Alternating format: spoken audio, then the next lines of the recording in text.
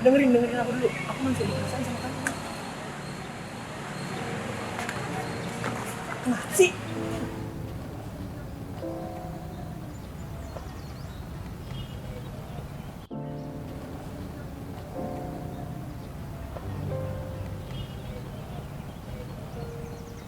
Kamu bisa ceritakan masalahmu, mungkin aku bisa bantu kamu.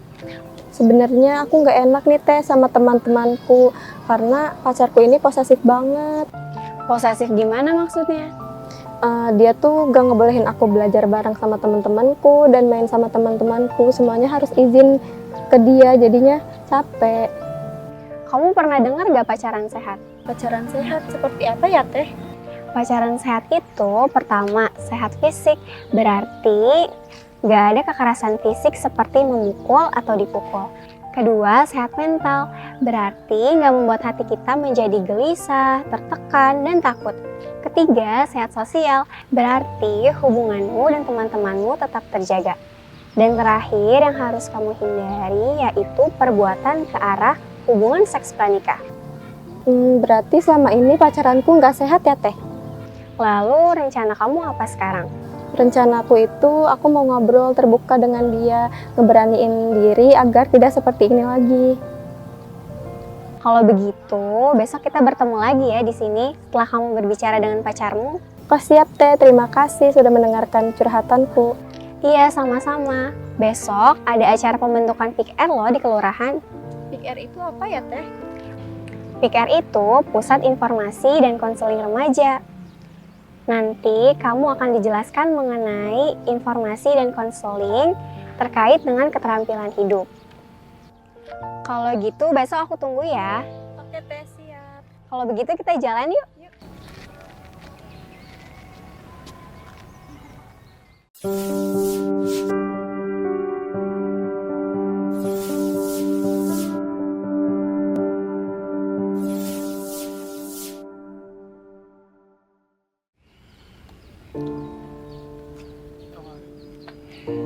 Bagaimana kabarmu hari ini? Saya lagi stres, Kang. Stres kenapa? Saya bawaannya pengen marah-marah mulu, Kang. Sejak kapan nih kamu pengen marah-marah? Dari kemarin-kemarin, Kang. Udah lama. Saya bisa gila, Kang, lama-lama. Kalau boleh tahu nih ya, kamu kenapa sih pengen marah-marah? Gini, Kang. Ayah saya tuh pulang malam. Bahkan jarang pulang. Terus kemarin pacar saya juga baru marah sama saya. Jadi kamu kesal karena nggak ada peduli sama kamu? Hari ini kamu sudah menceritakan permasalahanmu, itu merupakan satu langkah yang baik. Tadi kamu bilang kamu kesal karena ayahmu sering pulang malam, kadang nggak pulang. Dan kamu lagi bertengkar sama pacarmu. Itu yang membuatmu stres ya?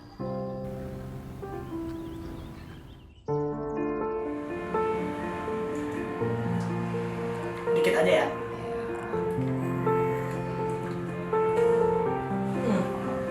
Habisin.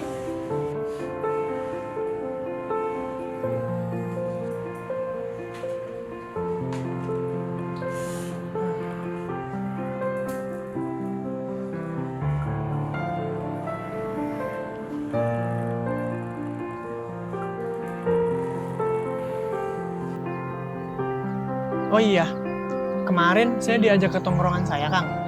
Terus saya dikasih minuman oplosan gitu, Kang. Kata mereka sih bisa bikin stres saya hilang. Bro, miras oplosan yang kamu minum itu bukannya menyelesaikan masalah, tapi justru menambah masalah. Itu racun yang membuatmu jadi kecanduan, atau dikenal dengan nama zat adiktif. Zat yang dapat membuatmu jadi kecanduan.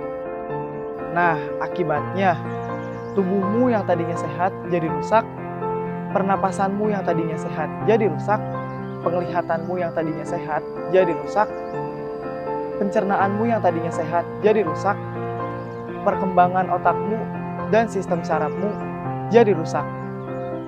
Bahkan, miras oplosan yang kamu minum itu dapat menyebabkan kematian.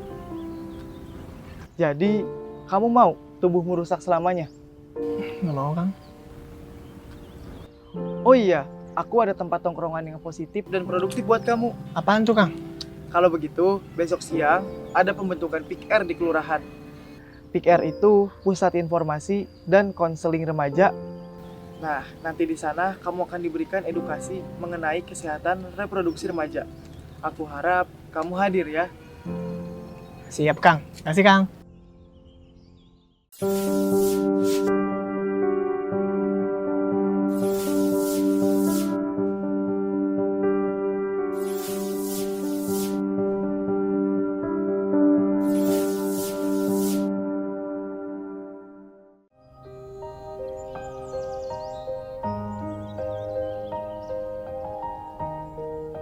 Kamu lagi lihat apa sih? Serius banget.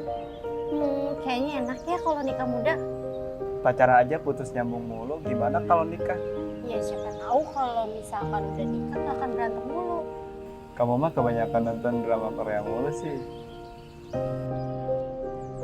Loh, ada apa ini? Kok malah membahas tentang drama Korea? Ini loh kak, dia pengen nikah muda. Iya kak, aku maunya nikah. Capek dari SD sampai SMA belajar. Kalau misalkan udah nikah kan jadi tanggung jawab suami. Kalian yakin mau menikah muda? Menikah muda itu tidak semudah yang kalian bayangkan loh teman-teman. Karena menikah itu memerlukan perencanaan dan juga kesiapan yang matang. Apalagi usia kalian ini masih dibilang sangat muda. Sudah sangat jelas sekali usia muda ini secara jasmani dan juga rohaninya belum matang. Kenapa bisa dibilang belum matang kak? Baik, kakak jelaskan sedikit ya mengapa belum matang. Pertama, dari segi psikologis, pasangan di usia muda belum memiliki ilmu pengetahuan terkait kehamilan dan juga pola asuh anak atau parenting. Kedua, belum matang secara mental, karena setelah menikah nanti kita memerlukan biaya. Apabila pasangan kita masih sama-sama pelajar dan belum memiliki pekerjaan, akibatnya banyak terjadi masalah teh. Munculnya KDRT atau kekerasan dalam rumah tangga, dan yang sering kita jumpai saat ini adalah perceraian yang meningkat akibat kekurangan ekonomi. Dan yang terakhir, belum matang secara reproduksi. Maksudnya di sini, perempuan yang menikah di bawah usia ideal menurut BKKBN yakni 21 bulan wanita, karena menikah di bawah usia ideal tersebut dapat menyebabkan gangguan reproduksi karena masih dalam posisi tumbuh dan juga kembang.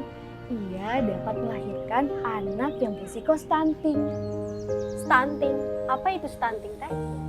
Stunting adalah kondisi gagal tumbuh kembang anak akibat kekurangan nutrisi dan juga gizi kronis selama terbentuknya janin hingga usia 24 bulan atau 2 tahun yang biasa kita sebut sebagai periode emas 1000 HPK, hari pertama kehidupan.